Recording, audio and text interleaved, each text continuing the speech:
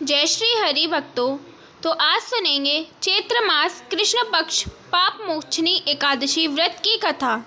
इस कथा को एकादशी के व्रत में सुनने से भगवान विष्णु और माता लक्ष्मी की कृपा प्राप्त होती है। तो सुनिए पाप मोचनी व्रत की कथा सुनिए। धर्मराज युधिष्ठिर कहने लगे, हे भगवान, आपने फागुन शुक्ला एकादशी का महत्तम बतलाया। अब कृपा करके यह बतलाइए कि चैत्र कृष्णा एकादशी का क्या नाम है, इसमें कौन से देवता की पूजा की जाती है और इसकी विधि क्या है। श्री कृष्ण भगवान बोले, हे राजन, एक समय राजा मंददाता ने लोमेश ऋषि से यही प्रश्न किया था। तब उन्होंने उत्तर दिया कि राजन, इस एकादशी का नाम पाप मोचनी एकादशी है। अब मैं तुमसे इसकी पौराणिक कथा कहता हूँ, ध्यानपूर्वक सुनो। कथा। प्राचीन समय में कुबेर का चैत्ररथ नामक एक वन था। उसमें गंधर्वों की कन्या किन्नरों के साथ विहार करती थी। वहाँ सदैव बसंत ऋतु के समान अनेक प्रकार के पुष्प खिले रहते थे। स्वयं इंद्र भी चैत्र और वैशाख मास में देवताओं के सहित वहाँ आकर क्रीड़ा किया करते थे। वहीं अपने आश्रम में मेघावी नाम के एक ऋषि भी तपस्या में लीन थे। वे शिव के भक्त थे। एक समय मंजुघोषा नाम की अप्सरा ने उनको मोहित करने का विचार किया। वह ऋषि के भय के मारे समीप तो नहीं गई, वरन दूर बैठकर वीणा पर मधुर गीत गाने लगी।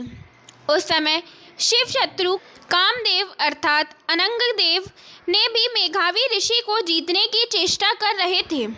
उन्होंने उस सुंदर अप्सरा के भ्रू को धनुष, कटाक्ष की डोरी, नेत्रों को संकेत और कुंचों की कुरी अर्थात बाण बनाया तथा मंजुघोषा को सेनापति बनाकर मुनि को जीतने के लिए प्रहार किया।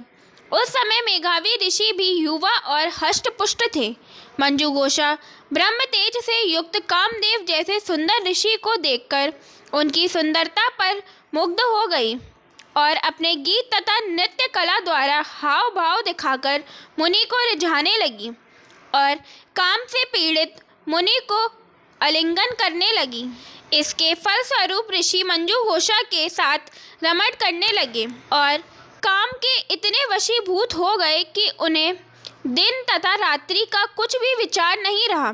इस प्रकार बहुत समय बीत गया। तब एक दिन मंजुघोषा कहने लगी, हे मुनि, बहुत समय बीत गया है, अब मुझे स्वर्ग जाने की आज्ञा दीजिए। मुनि ने कहा, आज इसी संध्या को तो आई हो, प्रातः काल होने तक चली जाना। मुनि के ऐसे वचन सुनकर अप्सरा कुछ समय तक और रुकी। अंत में उसने पुनः मुनि से विदा मांगी तो मुनि कहने लगे, अभी तो कुछ भी समय नहीं हुआ है, अभी कुछ देर और रुक जाओ। अप्सरा ने कहा, महाराज, आपकी रात तो बहुत लंबी है, आप सोचिए, मुझे यहाँ पर आए कई वर्ष बीत गए हैं। उस अप्सरा की यह बात सुनकर मुनि को समय का ज्ञान हुआ।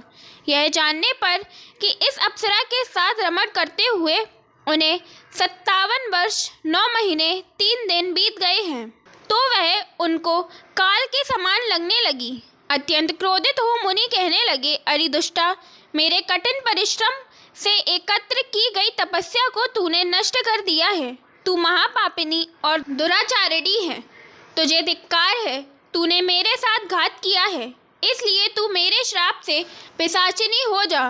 मुनि के श्राप से मंजुघोषा तत्काल पिशाचिनी हो गई और भयभीत होकर मुनि से प्रार्थना करने लगी, हे मुनि, इस श्राप का निवारण किस प्रकार होगा।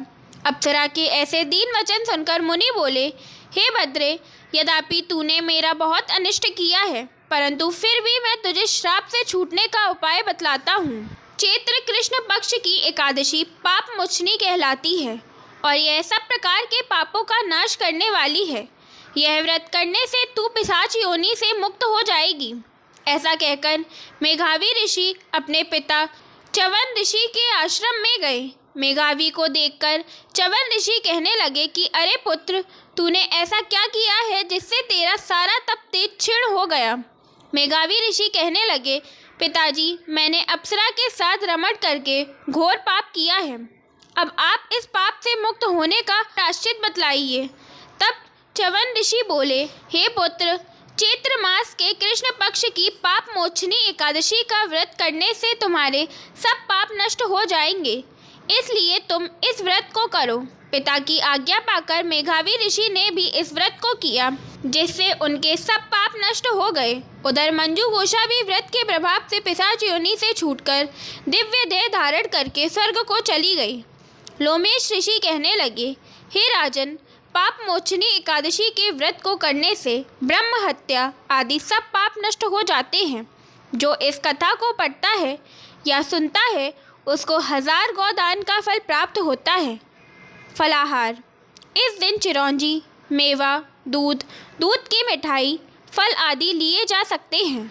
इस कथा को श्रवण करने मात्र से ही व्रत का पूर्ण फल प्राप्त होता है और व्रती मनुष्य के जन्म के पाप नष्ट हो जाते हैं। जय श्री हरि। बोलिए भगवान विष्णु और माता लक्ष्मी की जय।